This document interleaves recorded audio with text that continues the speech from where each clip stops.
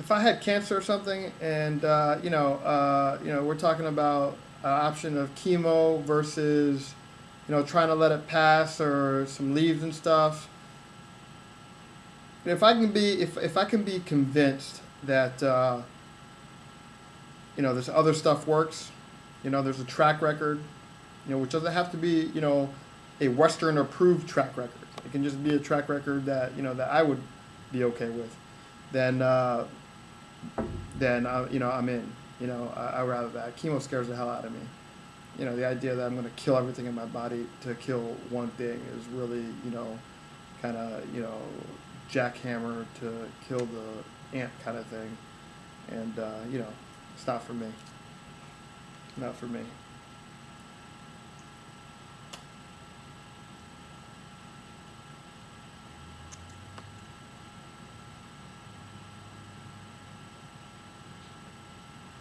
I consider myself physically fit. I can run with the kids and stuff. I like to.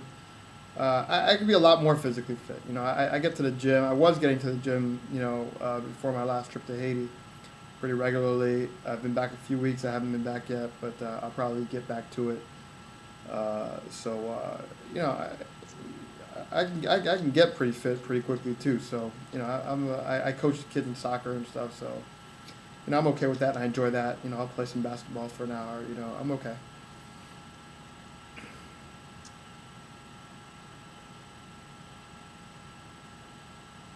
Everyday diet. Well, today, there's a Halloween, so we're gonna skip that.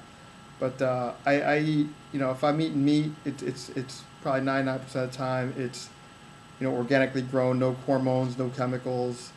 When I eat meat, which I'm really trying to cut a lot of it out of. But I'll try any kind of meat. Uh, as long as it's grown that way. I don't believe in, in meat that's produced in a way that hurts the environment, or that's got all kinds of stuff in it that it wasn't intended to be consumed that way. So I don't do that. Fish, I eat fish that's properly harvested. As much as we can tell. I try not to eat stuff that's out of season. Uh, you know, I enjoy a lot of seafood. All my vegetables and stuff that we consume, the whole family is organic. And to the extent that it can be local and organic, it's local and organic. Uh, I believe in that kind of stuff.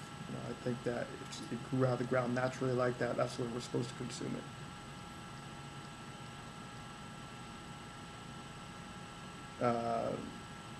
Today I had an egg and some bread, fruits, yogurt. That's pretty much every day. Tonight it'll be fish and beans. A lot of Indian-inspired food. You get a lot of flavor in your veggies. I can eat veggies, salad, all day, every day. It's like candy to me. Uh, I have a sweet tooth sometimes, not all the time, but sometimes I have a sweet tooth, and I wish I could handle that better. But I'm working on that. Good food. I love good food. I'm gonna tell you, I love good food and I love healthy food. It's the easiest way to take care of yourself.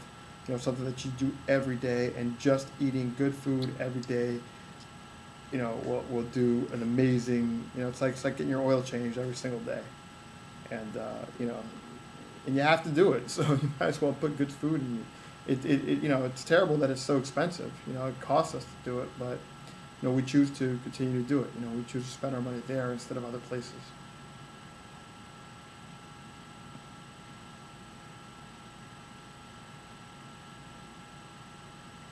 Last time I saw a Western medical doctor was for my back, and it was adjacent to this pain clinic, and I found myself repeating over and over again to every medical professional that came my way, listen, I'm not interested in your pain clinic.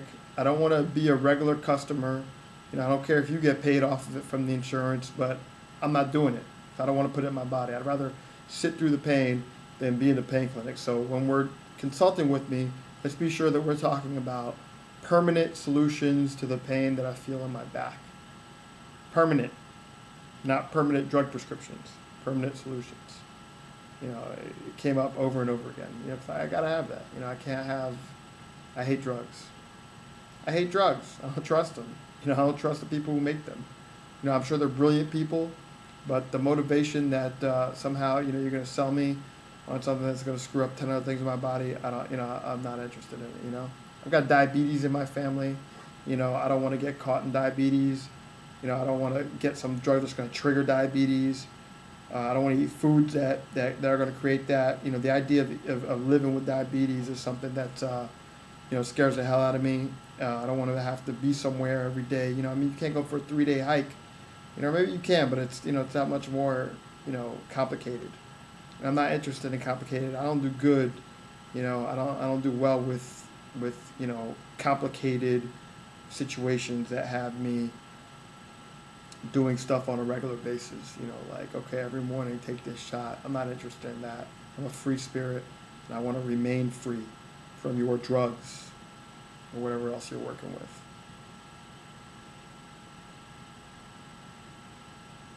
Last time I saw a Western medical doctor was for my back. I told you that already.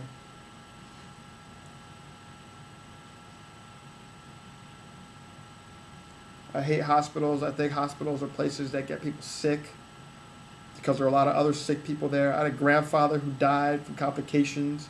This is, just last year, but I hated this long before that.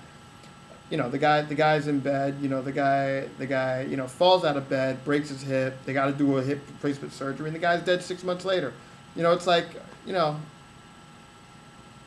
that's just the physical part of it, okay? But more importantly, there are a lot of sick people in hospitals. And that's where people go to get sick. It's a known thing. Why do I want to go to a hospital, and sit and then be at the mercy of all this Western medicine? I'm either going to get sick from catching somebody there. And I'm not paranoid about this, but it's a good place to go. It's why you don't want, you want to keep your kids home from school when there are other sick kids. I just got over a cold. I'm still working on it. Okay, that I got from sick kids. I'm not interested in sick kids. I'm not interested in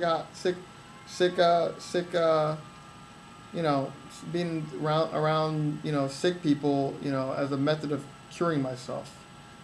Send me to the, somewhere else, to some kind of, leaf doctor or something. It can give me something. I can hang out, I can relax, and get well. I don't believe in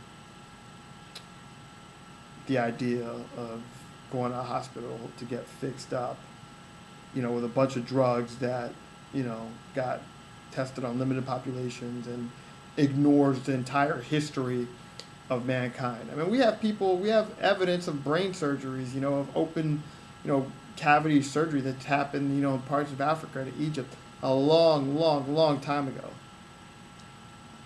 Granted, we've lost a lot of that information, but, listen, a lot of it's not lost, and I would like to learn it and avail myself of it.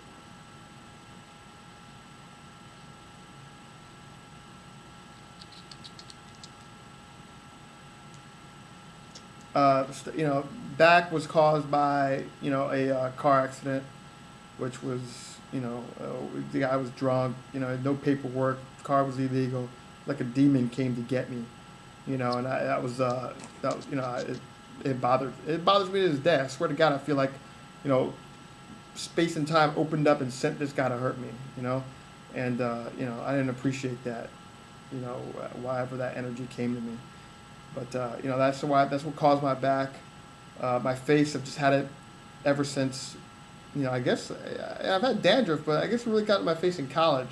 And ever since then, there were steroid creams. When you read the back of the steroid cream, it's like, it'll thin your skin, it'll do this and that. I'm like, dude, I don't want to take this stuff. So way back in college, and I do it when it really got bad. Even now I use a product called Cetaphil, and only when it gets bad. Like right now, it's a little irritating, but I won't put it on. I'll stay away from the citrus, and I'll shave, because that makes it go away a little bit. I guess it's the hair follicles or something.